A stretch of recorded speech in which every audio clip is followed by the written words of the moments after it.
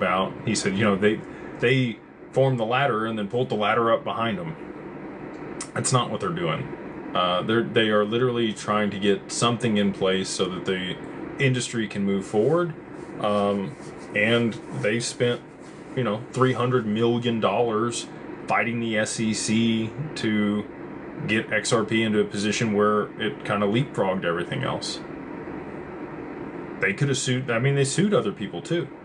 You know, it wasn't just XRP that the SEC went after.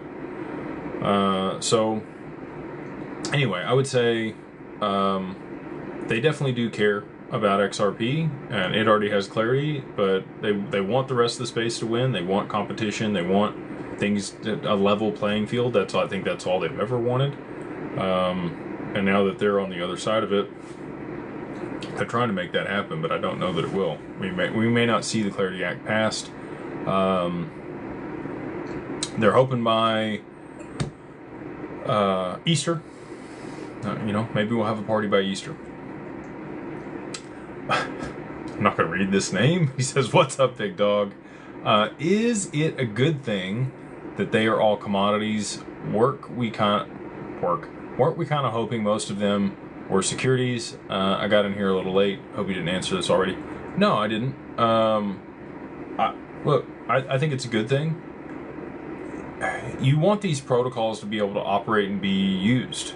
And if every single one of them is a security, or there has to meet some like decentralization metric in order for it to move from a security to a commodity, it encumbers the whole space and makes it where it's very difficult for anybody to put out new technology and to innovate.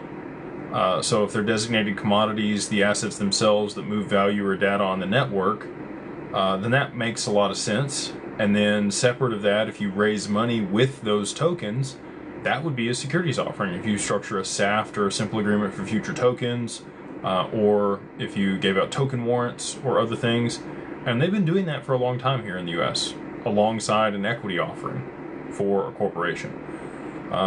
Met a guy last night at the deal, you know, there he's from Knoxville, and he runs a hedge fund. He's been in crypto since 2012, and he does a lot of early stage venture for ICOs and token warrants and that type of stuff. So, you know, I'm excited about the way that they put the regulation forward. I think it makes a lot of sense. You know, XRP, again, kind of leading the way there, is not a security, but now we know it's a commodity, and many of the other ones are going to be a commodity.